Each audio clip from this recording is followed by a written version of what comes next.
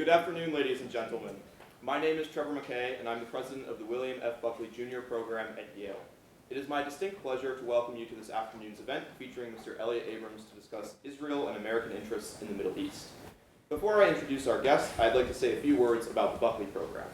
The William F. Buckley Jr. program is the flagship program of the Buckley Institute, an organization dedicated to promoting intellectual diversity and open political discussion at Yale.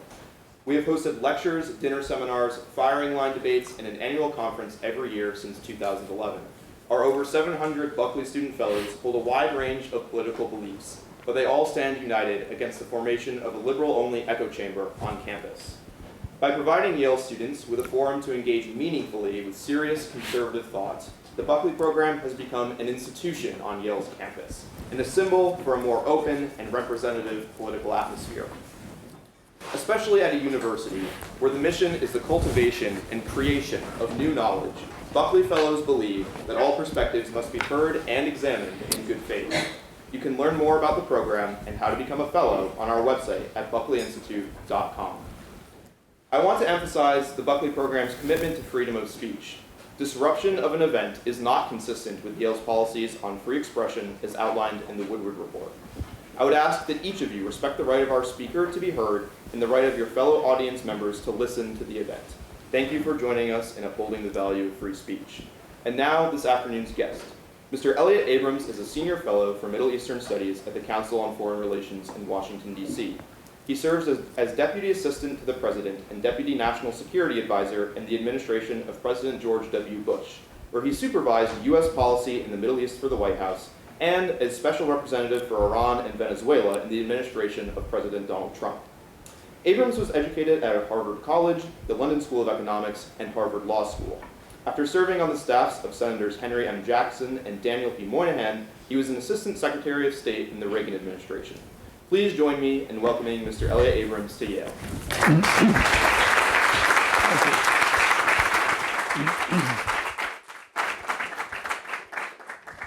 Thanks very much, and thank you all for being here.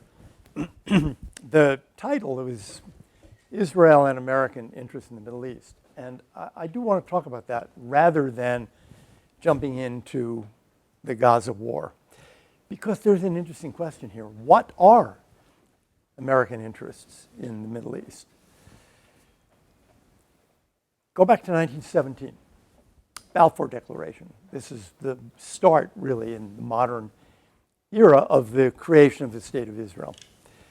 The British didn't want to issue it unless they had American backing. So they asked. And the president, Woodrow Wilson, said yes, against the State Department, which didn't want to do it and which was unenthusiastic, to say the least, about this project of a Jewish state. Some things don't change. We'll come back to that. But the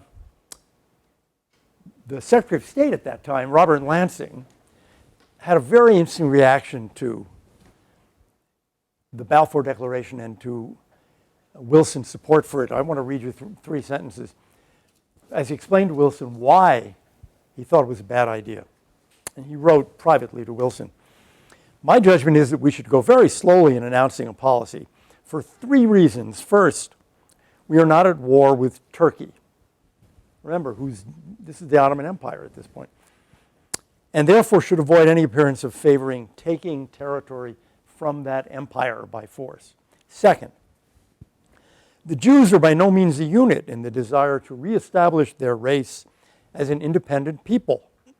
To favor one or the other faction would seem to be unwise." Parenthetically, there were lots of divisions then among Jews about this idea of a Jewish state. Continuing, "Third," said Lansing, "many Christian sects and individuals would undoubtedly resent turning the Holy Land over to the absolute control of the race credited with the death of Christ." You don't hear that kind of talk much these days. It was too late, by the way. Wilson, by the time he got that missive from Lansing, had already said to the British, yeah, go ahead.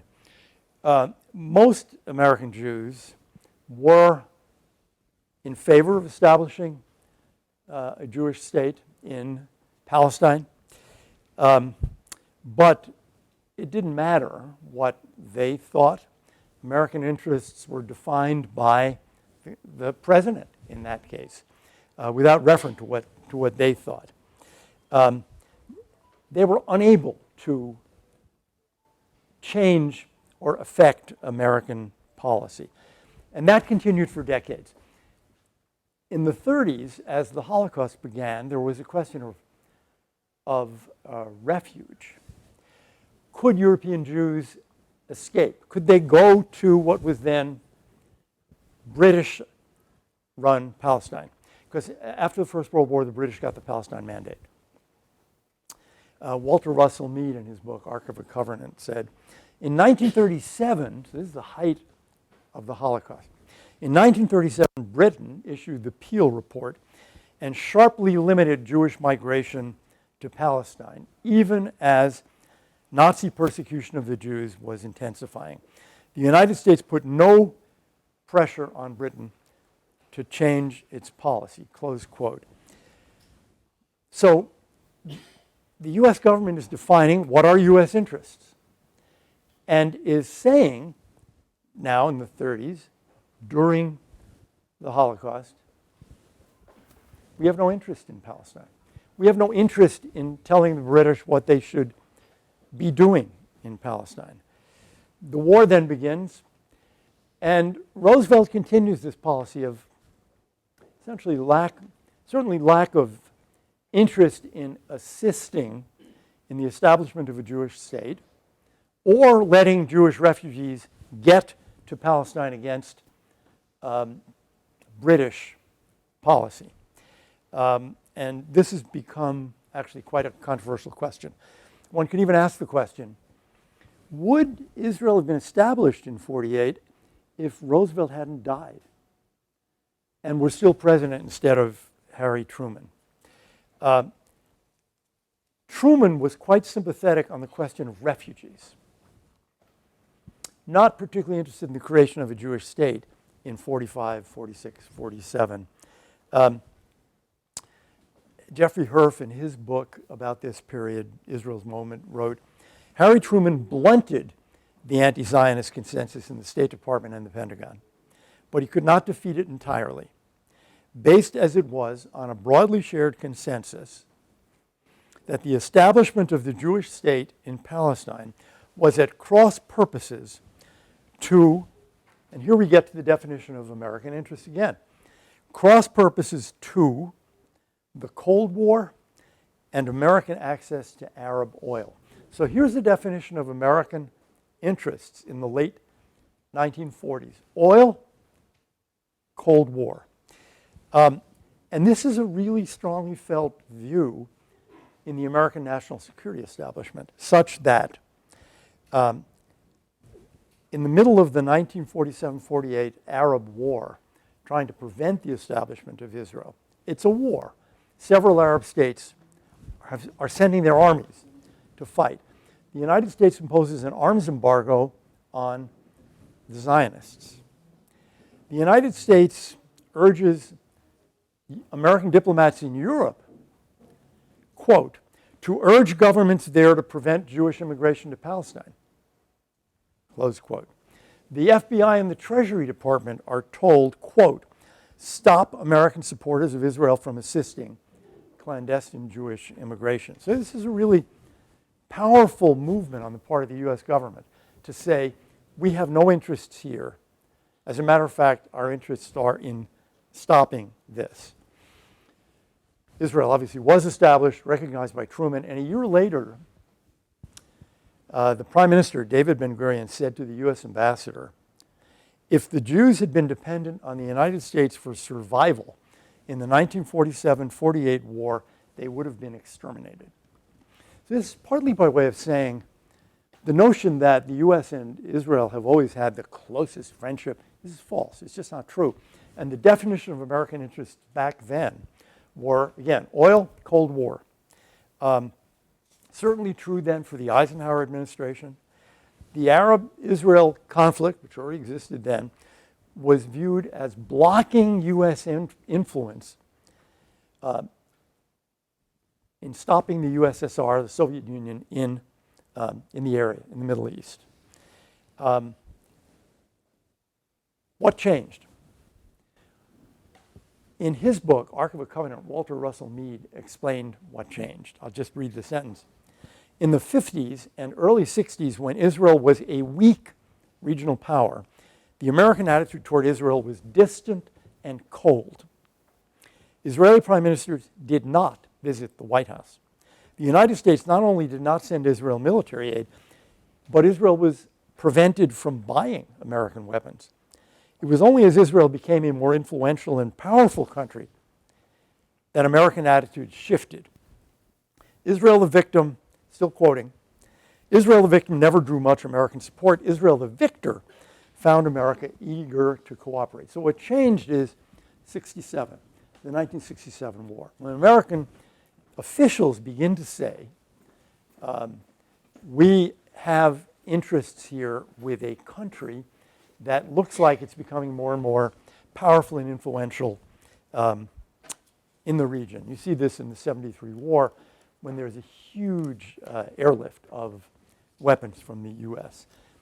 After that, you have decades of what I'd call peace processing, where the US, the Israelis, the Palestinians seem to believe they have the same interests, peace. And we put that peace process at the center of US policy in the Middle East. I'll come back to oil in a minute, but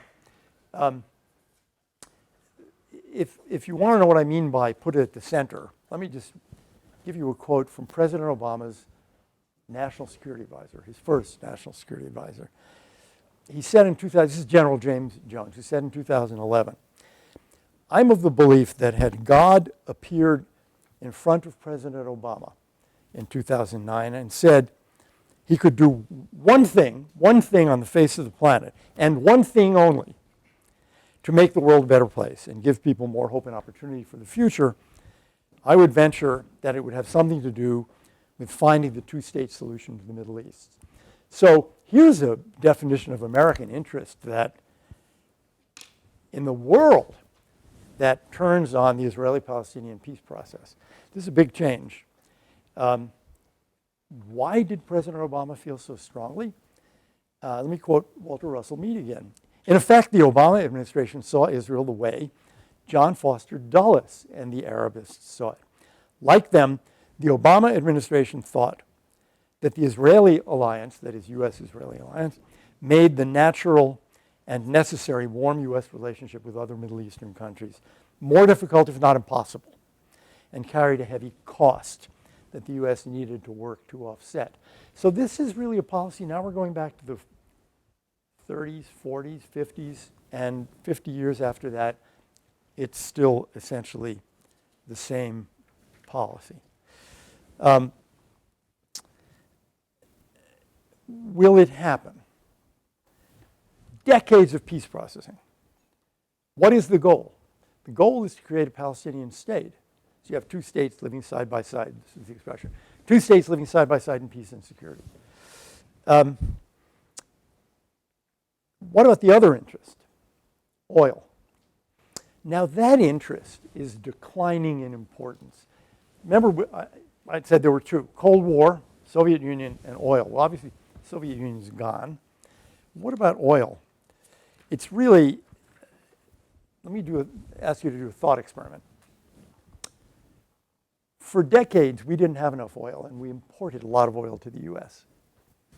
Food, plenty of food, we're a huge exporter of food. Soy, grain, corn. Turn that upside down. Suppose we couldn't feed ourselves. Suppose we needed to import food instead of oil. Where are our bases? Think of the Middle East for a minute. Qatar, we have a giant base, air base, Al Udeid. We have a base in Kuwait. We have a base in Bahrain. That's where CENTCOM naval forces are. We have a base in the UAE. We have bases in East Africa. Why? Why is that the pattern of the basing? Oil. But again, turn it upside down. Suppose we didn't need oil. Suppose we needed food. You know, we'd probably have a base. Where would we have bases? Argentina to import grain. Ukraine to import grain. It's interesting to think of whether our interests in the Middle East are the same when we don't need to import oil. In 1980, we imported 6 million barrels a day of oil. In 1990, 7 million barrels a day of oil. In 2000, 10 million barrels a day of oil. 2000. Then, 2010, it fell to 9. 2020, 0.64 million barrels a day imported. 2022, which is the last number I could get, minus 1.26 barrels a day. In other words, we're exporting 1.25 million barrels a day. So what is the importance of Middle Eastern oil? Well, there is a global price for oil, but U.S. interests certainly can't really be the same when we don't need to import that oil. What are our interests? Let me say a word now about Palestinian statehood and say a word about Iran. I'm very struck by the fact that you have all heard in the last month or two from the Secretary General of the UN, from the European Foreign Minister, from the President, from the Secretary of State. We could go down the list, calling for a viable, sovereign, independent Palestinian state. You know what nobody ever calls for? A democratic Palestinian state. Why not? Why not? People used to, decades ago, talk about a viable democratic Palestinian state, respects human rights, and they've stopped.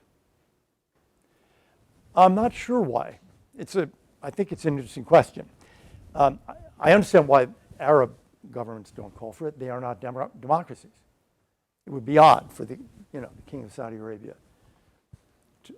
the President of Egypt, to demand Palestinian democracy when he doesn't have it at home. I think there's something else, which is people are worried that if it were democratic, if you had a free election, what would happen in 2006 might happen again. What happened in 2006 was that Hamas won. It was a free election. They didn't win in the landslide. It was 44% to 41%, but they won. Public opinion polls today suggest that they would win again. Do we think that it is in the interest of the United States to create a state in which Hamas might govern? A terrorist group dedicated to eliminating the state of Israel. We want to create that state. I ask that question because I think for both Jordan and Israel, the answer is no. And I think for the United States, the answer is no. And I am struck by the fact, again, that all of these speeches that say we need to create an independent, sovereign Palestinian state. First of all, Palestine would be free under that formula, free of the Israeli occupation. Palestinians wouldn't be free. It's not a democracy. It's like what? Would it be like Egypt? Would it be like Syria? There's no freedom in either of those two countries. So this is by way of saying I think a lot more thinking needs to be done than sloganeering about the creation and the nature of a Palestinian state as a kind of magic answer to all of the problems of the region. What are American interests in the region? I'll stop with this. We have an enemy in the region, Iran. How do we know it's an enemy? Because since 1979, they've been saying death to America. Because since then, they've been killing Americans. There are a few people in the audience who are old enough to remember when they blew up the Marine barracks in Beirut, or when they blew up Khobar Towers, an apartment building in Saudi Arabia, or the Iraq War, where they were complicit in killing hundreds of Americans. And they're doing it again. They do it through proxies mostly. the Houthis in Yemen, Shia militias in Iraq. This has been the policy of Iran since the Islamic Republic was created. It is not the policy of the Iranian people, but it is the policy of the Islamic Republic.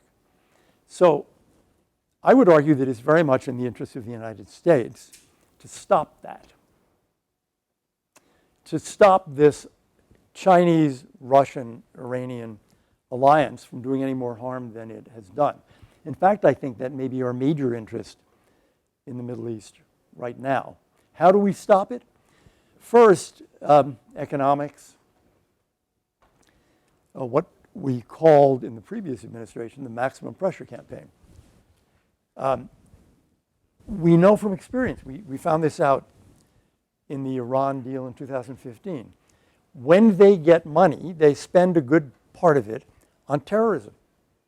They give it to Hamas, they give it to Hezbollah, they give it to the Houthis, they give it to the Shia militias in Iraq. So we should try to prevent them from having that money by re-embarking on the kind of economic sanctions we had in place. And just give you one number. When the Trump administration left office, Iran's usable, reachable foreign currency reserves were $4 billion. Nothing for a middle-income country of 70 million people. Now they're about 60. That's a lot of money. And we know, how, again, how they use that money, and it is not to benefit the lives of the people of Iran who loathe that regime.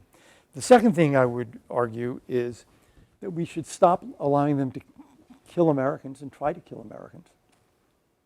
They have a great gimmick going. A great gimmick is really not the right word. They have a great plan, which is we'll use proxies. We won't use Iranian soldiers. We'll use Syrians. We'll use Iraqis. We'll use Yemenis. We'll use Lebanese. And that way we're immune. And we'll pour money and weapons in against the Americans, but we're immune. I don't understand why we continue to allow them to play that game.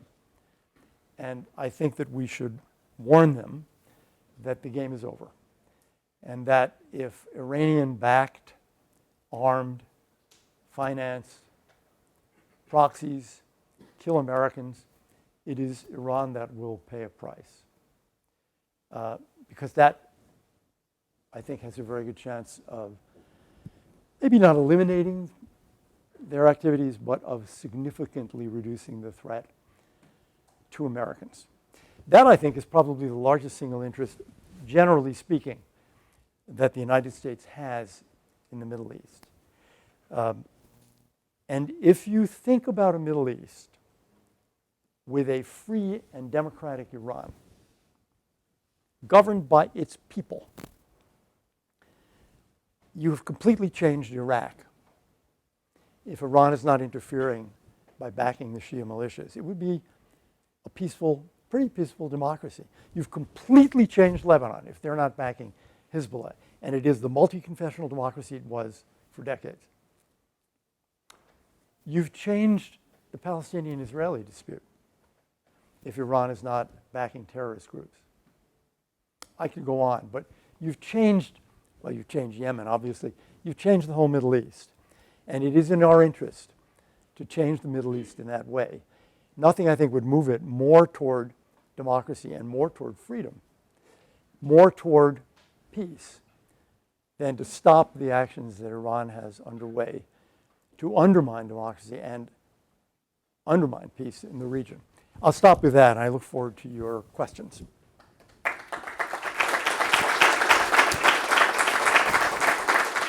Okay. If you have a question, please. All right, you're going to call on people? Go ahead. If you have a question, please raise your hand, and I'll come to you. Okay. Thank you very much. That was a wonderful presentation. I learned a lot of history that I didn't before. My question regards the sort of alternative to a Palestinian state, because it seems to me that there's a good argument that the U.S. doesn't have at least it's your argument that the U.S. doesn't have an interest in the establishment of a Palestinian state, but it also seems to me that Israel doesn't have an interest in indefinitely or permanently having a radicalized, oppressed population that seeks its destruction. So my question is, for those that oppose a Palestinian state, what is the sort of middle ground that doesn't immediately create a state we should be concerned about, but also doesn't sort of sign us up for the indefinite subjugation, basically, of the Palestinians? Thank you. First, even a Palestine under Israeli control doesn't have to be a terrible place. There were, most of the places that were British colonies, I think almost, I'm trying to think if there's an exception, I don't think there is, are democracies. US, Canada, Australia, all the nations of the Caribbean that were British colonies. Why? Because under the British, they had a fair amount of self-government. They were taught, as we were taught, a lot about self-government. You could do that in an embryonic Palestine. There's no reason why, because there is an Israeli occupation, there has to be so much corruption. It's not automatic. Incompetence, inefficiency, it's not automatic. So that's the first thing, I think. Palestinians, even under Israeli occupation, deserve a much better government than they've had, and much better lives than they've had. And that is substantially, I think, because of the terrible government they've had since Yasser Arafat was handed Palestine, which was, I think, a historic error on the part of the Israelis. And they didn't give a damn about whether he ruled as a tyrant or built a democracy.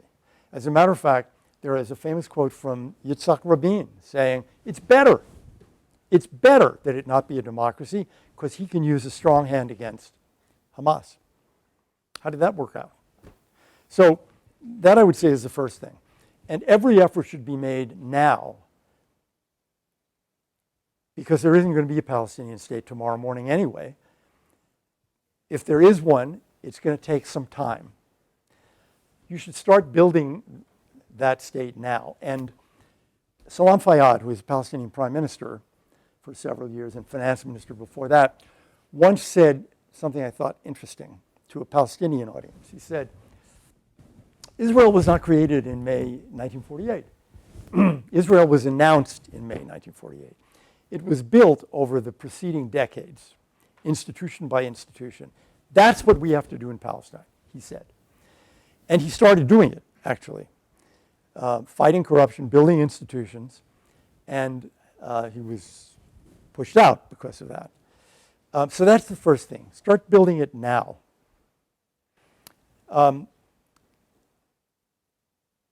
Secondly, I think you have to ask the question of confederation.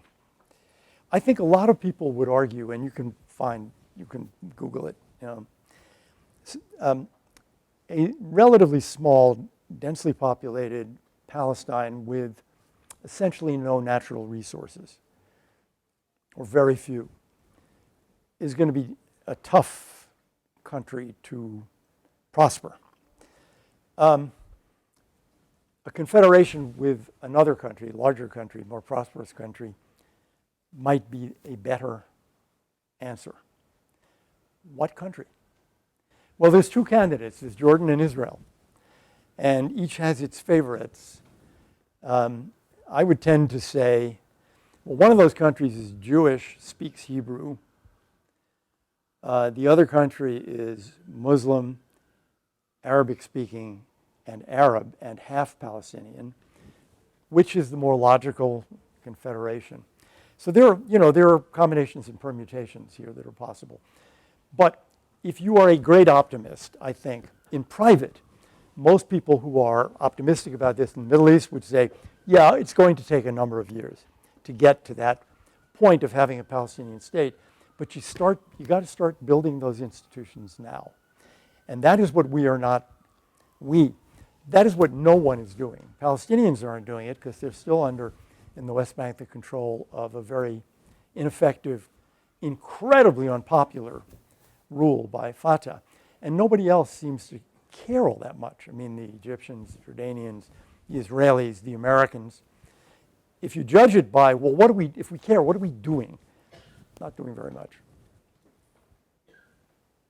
Further questions? You spoke about a warning, right, to Iran. What does that warning look like? Is it more bombing to other countries, or do you have a specific idea? Yes. I'm sorry. The question was, I said that we ought to give a warning to Iran. What does that warning look like? Is that bombing, or what is it? I think, first of all, there are contacts between the U.S. and Iran. There are exchanges. We don't have diplomatic relations. We don't have an embassy. But there are messages passed. You may have seen in the newspaper today, we passed a message about this recent terrorist event in Iran at which dozens of people were killed and injured. The United States government had some information that a terrorist attack was planned and passed it to the government of Iran, which I think a lot of people wonder, why would you do that? You do that because we're not in favor of terrorism, including against innocent civilians of Iran. They didn't pay any attention to it, unfortunately. The message I would pass is, look, you've been playing this game for decades. Proxies. Proxies are trying to kill Americans in the Bab el-Mandab, the Red Sea. That's Houthis. Trying to kill Americans for years now in Iraq and injuring Americans monthly. Thank God, not killing so far. It's over. And the message I would say is, first of all, we'll start restoring all the economic sanctions. Trump put them on. President Biden, took them off. They go back, piece by piece. Every time there's a proxy attack on us, another piece of it goes back. It's going to cost you lots of money. And in the end, I would be willing to use military force. Now, that does not mean World War III. That does not mean saying to Iran, tell you something, if an American is hit in western Iraq, we're bombing Tehran. There are plenty of targets that you have a long list of Iranian targets, some of them, for example, offshore in the Persian Gulf that are unmanned. So you wouldn't be killing anyone. But you'd be sending a message to the Iranians, you've got to stop doing this. Because this is what we did today. It's a warning. It's a message. You keep doing this, the price you will pay is going to rise.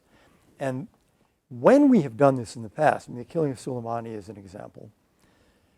There was a big exchange several decades ago with the Iranian Navy, and we sank a lot of ships. The Iranian reaction has been nothing. You can look at the speeches they made after the killing of Soleimani, which was obviously an American act, about revenge, but they haven't done anything. And they haven't done anything because they made an intelligent decision that if you go up that ladder of escalation, the United States is a lot stronger than Iran. And they'll lose from that exchange, so they won't do it. And I think that would be the case here. Thank you for your speech. So, yeah, sorry. So, oh, the microphone is on? The mic is only for the camera, so speak up. Oh, okay, sorry. So you had, thank you for your speech. So you had two arguments that kind of explain why Iran is the biggest threat to the U.S. I think the first one you said is like the killing of American lives, and the second one would be democracy. So when it comes to the first one, you like admitted that the Iranians, at least when it comes to the Houthis, like sort of blocking off trade in the Red Sea, they haven't really killed any Americans, maybe American special forces, etc. But when it comes to Israel, they have killed like Palestinian Americans, and that is like an example. And so there have been multiple cases of the Israeli soldiers killing Americans. So that's one point. And then the second point would be when it comes to democracy. A lot of these movements around the like Islamic world, like the Muslim Brotherhood, etc., they seem sort of more democratic than sort of the autocratic regimes that have propped up, like Sisi, etc. Who is more democratic? like the Morsi in Egypt, Ah, an yes. example of the Muslim Brotherhood, Yes. or as you said, Hamas, 2006. Yeah. Don't you think that the argument there, and this is not even talking about Iran now, but the argument that Israel is sort of not, it is a democracy or a beacon of democracy, and therefore is not autocratic when even Israelis are protesting against their government for having forms of autocracy in it, especially like Netanyahu being in power for so long. Do you not think that the criticism of Iran being autocratic, but then saying that Israel is like this beacon of democracy, is kind of like it doesn't really add up, and I'd like to see how you'd respond. Okay. Thank you. Thanks. First on the, Iran has, in my view, is guilty of killing lots of Americans, hundreds and hundreds and hundreds of Americans, indeed thousands of Americans, in various places in the Middle East. Fortunately, the Houthis have not yet been able to kill Americans at sea, mostly, I'd say, because the Americans at sea are the U.S. Navy, and they know what would happen if they attacked a U.S. Navy ship. So what they're doing is attacking freighters that are defenseless, basically. But on the Israelis, this is a war, and Americans have been killed on both sides. That is, Americans have been killed in Gaza. Americans have been killed in Israel. I don't know whether Hamas tries to kill Americans. I mean, when they went to those kibbutzim, there's no evidence they were looking particularly for Americans, but they have killed Americans. And so dual citizens who are Americans. Same for the Israelis. So I don't think that point tells us anything. The difference, I think, is what those Shia militias in Iraq were doing is trying to kill Americans. What the Houthis are doing seems to be trying to kill Americans and other foreigners by sinking those freighters, and those aren't soldiers. Those are seamen. Those are innocent people on cargo ships. That's different. That's targeting Americans deliberately. On the democracy point, first, I think I would disagree on Israel. That is, there are a lot of protests in this country now about President Biden's policy, to call it support of Israel. That does not make this a less democratic country. He was elected fair and square. He's president, he's commander-in-chief.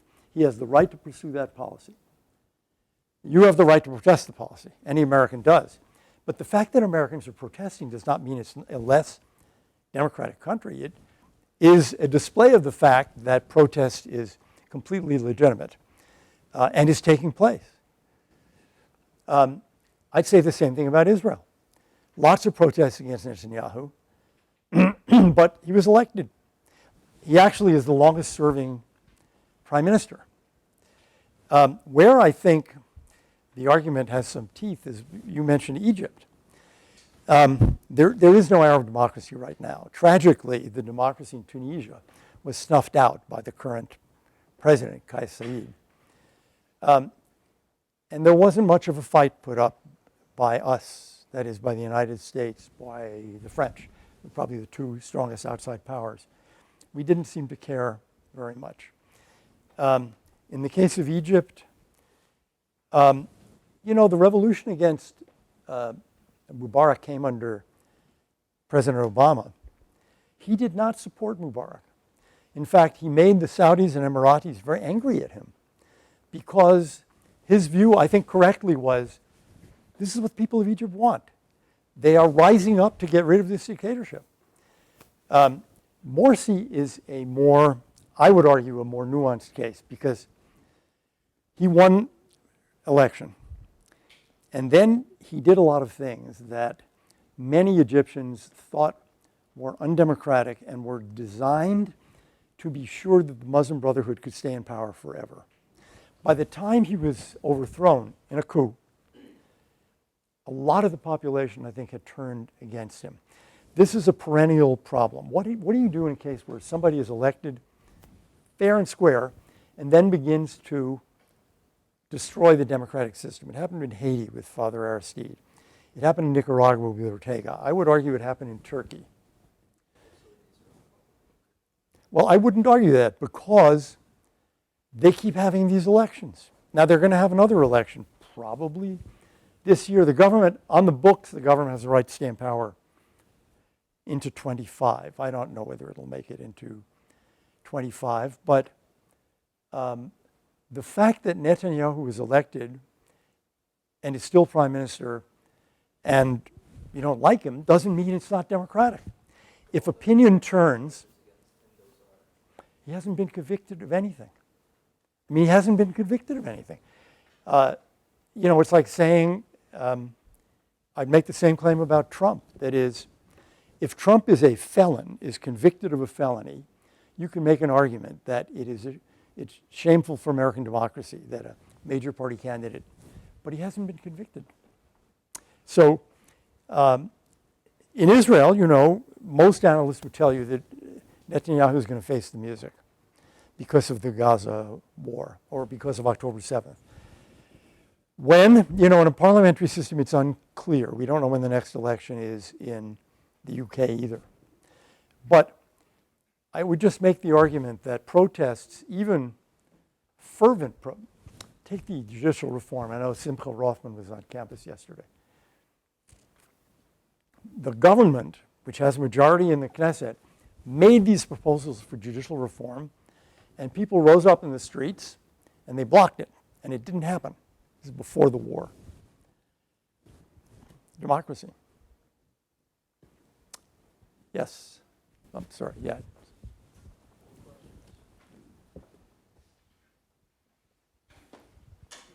You see, it pays to sit in the front row. Hello.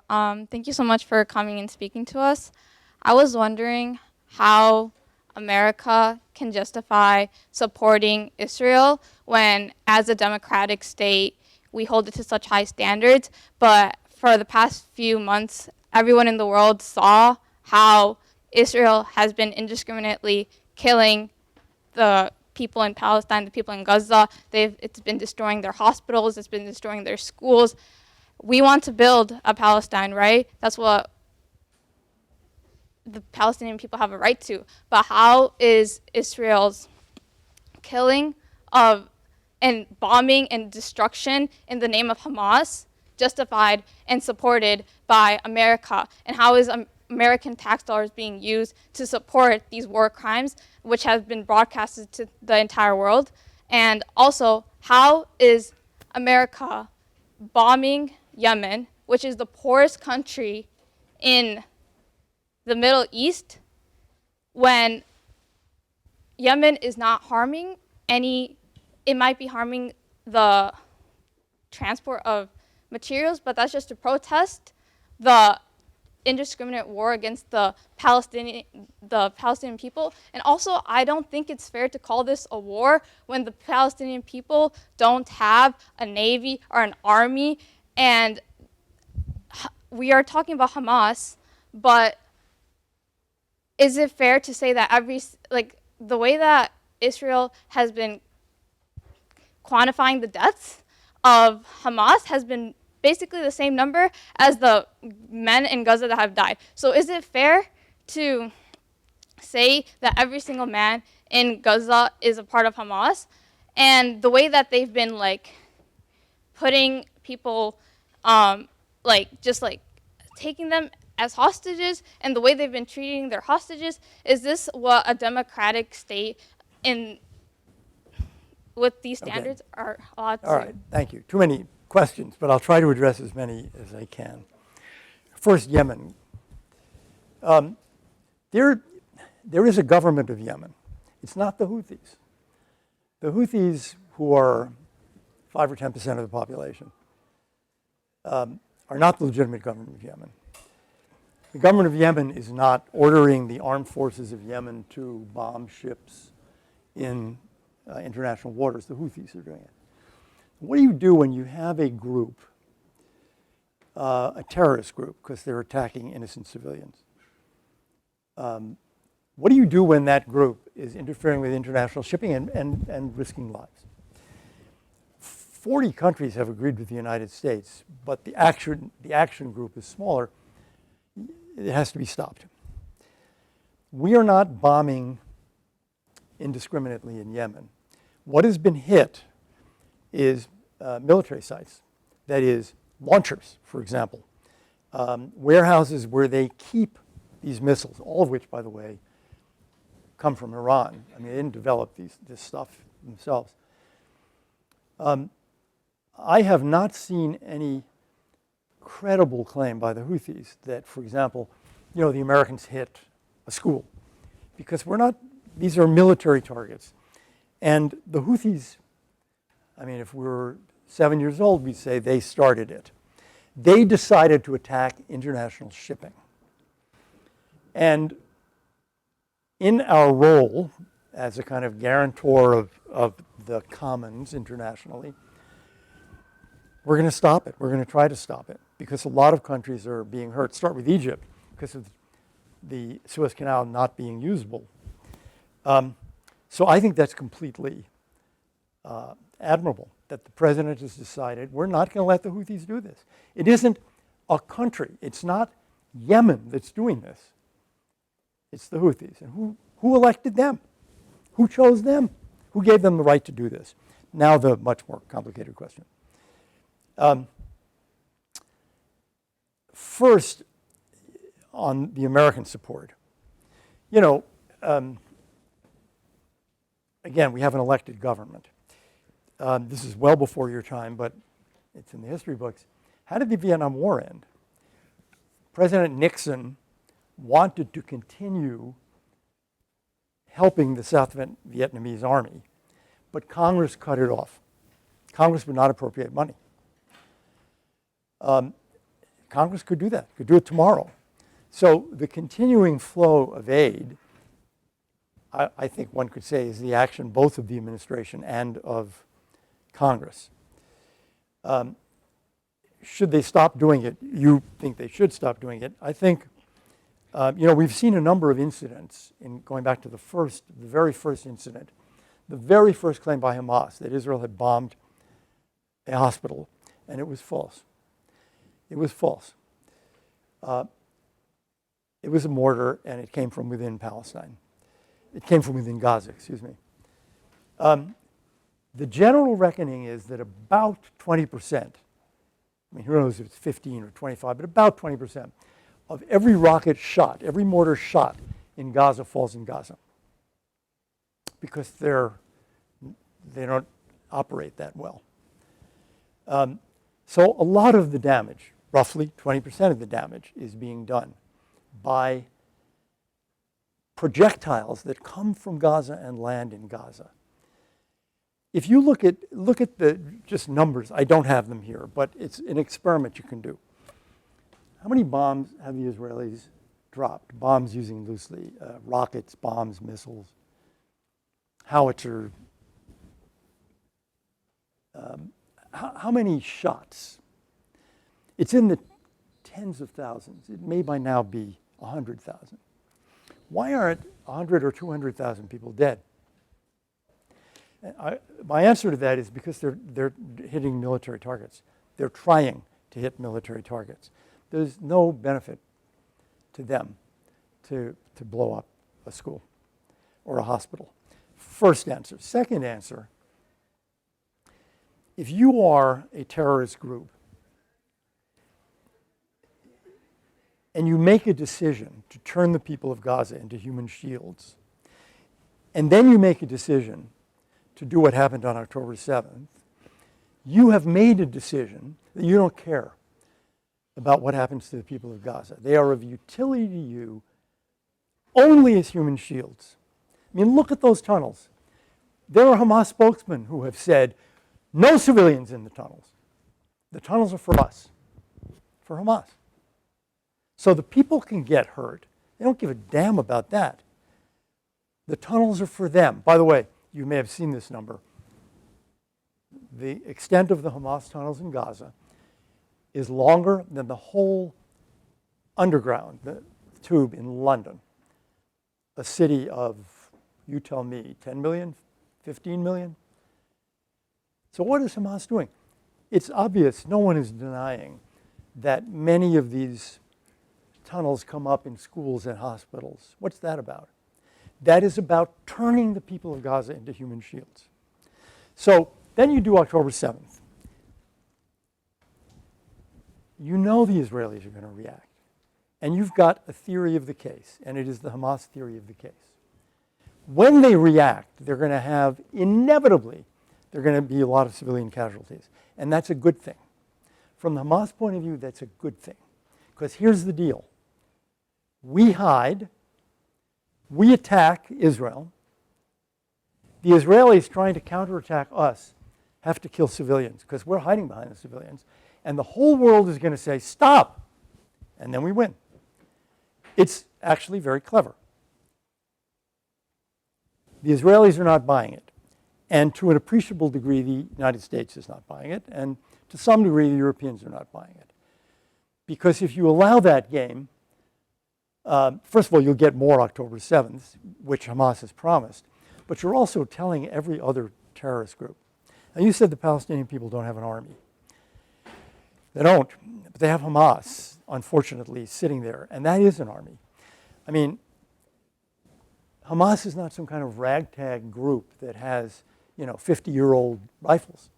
Hamas is an army. It is organized in brigades throughout Gaza. It is well trained by Iran and Hezbollah. It is well armed by Iran and Hezbollah. It's not a little no-account ragtag group. How many soldiers does it have in that army? The usual estimate is maybe 30,000. That's an army. Hezbollah has an even larger army. It's not the army of a state. Hezbollah is not either. There is a Lebanese army. Hezbollah is not the Lebanese army, but it's an army. So I think the United States is right to keep pressing the Israelis in apparently every meeting. Are you minimizing civilian casualties? Are you minimizing civilian casualties? But Hamas established a war. Hamas created a war. I would argue not where it's unavoidable. I would argue they created a war in order to create civilian casualties because that's their protection. And it's diabolical. But to say that the Israelis should not have counterattacked because innocent civilians would be inevitably killed, and that is true, would be to say that Hamas has got it figured out and they can just keep on killing as many people as they want, whenever they want. And that's not acceptable to them, but it's also not acceptable to us. We have time for perhaps one more question. A few more, sorry. Thank you for coming. So I want to use World War II as an analogy. Germany, which is our strongest, perhaps, ally and healthiest economy in Europe, didn't become a democracy the day after World War II ended. It benefited from an occupation, and an occupation of the powers who wrote their laws and set up new civic organizations. What's wrong with that as an analogy? I can think of a lot, but I'd rather hear it from you to apply to the new Gaza. Isn't that actually the only solution? And who's going to buy into that? You're going to have a tough sell. Well, there is an occupation, an Israeli occupation. But it's interesting, actually. Go back. When does it start? It starts in 1967. Prior to that, Gaza is ruled by Egypt and the West Bank by Jordan. The Israelis take over, and for a number of years, it's a pretty good situation. Israelis go to the West Bank to shop because parts of it are, 20 minutes away. Palestinians go to the beach. There's no wall. There's hardly a border at all. It's great for a while. And then comes the peace process. Then comes Yasser Arafat. And the Israelis, I really do think, made a tremendous mistake. Historically, the British made the same mistake. The British appointed as the head of the Palestinians Haj Amin al-Husseini, the Mufti, the Grand Mufti of Jerusalem, who was a Nazi and spent the war in Berlin, Second World War. And think what that did to the chances for the development of democracy among Palestinians. The Israelis and we, because we were complicit, did the same thing in bringing Arafat back. And in allowing him to establish a corrupt satrapy in the West Bank and Gaza. We didn't protest. We didn't care. So that occupation, in which the Israelis didn't do what you wanted done, but basically said a strong man is the right thing for Palestinians, that has had terrible effects. We did the right thing in Germany and in Japan. And we didn't do it overnight. I mean, you're into the 50s now by the time those occupations really end. The first elections are under occupation, and there are limited powers. And American, British, and French and Soviet zones divide up Germany. Could you do that now? In 1995, the UN closed the UN Trusteeship Council. So you can't really do that, a UN trusteeship. I've forgotten, maybe Timor was the last one, maybe. I don't think the idea is impossible for Gaza, that is, of having a kind of international board for Gaza, because nobody, I think, really believes you could have an election in Gaza, in February. So who's going to rule Gaza? The PA is not strong enough to do it, the Palestinian Authority, right now. It would take a while. And what people are saying, Secretary Blinken, the President, and others, a revamped, revitalized Palestinian Authority, which is an acknowledgement they can't do it now. So maybe some kind of international trusteeship would be better. But there is a fundamental problem here that it's very unpopular to talk about, which I will. One more question. Wait a minute, I'm not done. The long answer, I'm sorry.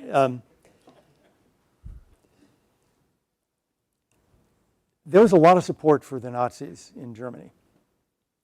And then the Nazis were destroyed. And Germans seem to have come to the conclusion. Now, how many Germans were Nazis? We can debate. But they seem to have reached the conclusion, this led us to destruction. And Germany is a strong democracy now for 75 years. Same as Japan. That doesn't seem to be the case among Palestinians. In the most recent polls, you get a lot of support for Hamas. So if you're creating this, again, I come back to you, creating this new state, and its population wants to kill Jews as one of their main goals, or let me put it a different way. What we really want, I would say as Americans, we want Palestinian nationalism to be directed at building a prosperous, democratic Palestinian state, living at peace. We want it directed away from trying to destroy Israel. And I think that's been a terrible problem of Palestinian nationalism from the beginning. It's been negative rather than positive. It has been about destroying the Jewish state more than it has been about building a terrific Palestinian state. Would a trusteeship, an occupation, change that? Maybe, but I think realistically speaking, it's going to be a hard sell. Last one. One last question.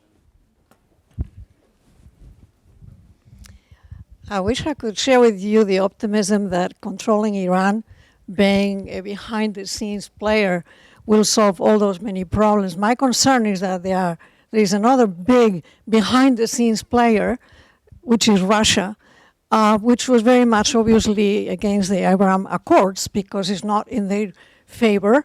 And one could think about the timing also of why the October 7, about the Abrams Accords to take place, and not to mention the fact that October 7 is Putin's birthday. But how do you see that, let's say that we can control Iran with more sanctions and so on, wouldn't you think that then Russia will move into those spheres? They're obviously very much involved in Africa, in other areas, the Sub-Sahara, etc. but they also in Syria and in so many of the other places where they could fill the Iran vacuum. Thank you. They're playing a very negative role supporting Assad in Syria. They weren't, years ago, playing such a bad role when it came to Iran. During the Bush administration and during the Obama administration, go look at the Security Council resolutions about Iran, the Iranian nuclear weapons program. They're all unanimous. US, Russia, China, and Britain, France, everybody else. In those days, we thought, under Bush and under Obama, they don't want Iran to get a nuclear weapon. They don't want Iran to blow up peace in the region. That's changed. That has changed now. I mean, there is a difference between Russia and China in this sense. If things blow up in the region, like with the Houthis, the price of oil rises. This is terrific for Putin. It's bad for Xi.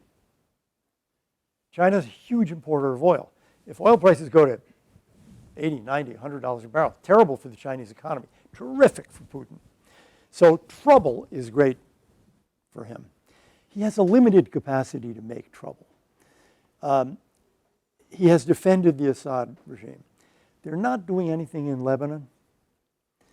And, you know, they're still, even now, the Israelis continue to bomb Hezbollah sites, not Hezbollah sites, Hezbollah convoys, more recently Hezbollah sites, but these Iranian weapons going through to Hezbollah. They're bombing Syria all the time and deconflicting with the Russian Air Force. That's continuing. The Russians are not doing much in Yemen. The Russians are not doing anything in Iraq. I think it's really Iran much more now. Could the Russians do more? Sure, so could the Chinese, but they're not really in a position, I would say, to do a lot more. And much of what they're doing is in cooperation with Iran. And if that ended, then I think they would be likely to step back. So I think globally we do have a terrible problem here with this triple alliance. For example, Iran is selling weapons to Russia to use in Ukraine. So is North Korea. But in the Middle East itself, I think if Iran became a democracy, if the Islamic Republic were ended and it became the Republic of Iran, no single thing would solve more problems in the region than that event. And yeah, the Russians would be troublemakers. They have been troublemakers in the Middle East for 150 years, going back to the czars. But it would be at a much lower level, I think, than the trouble that Iran makes today. So I remain optimistic. With that, Thank you. all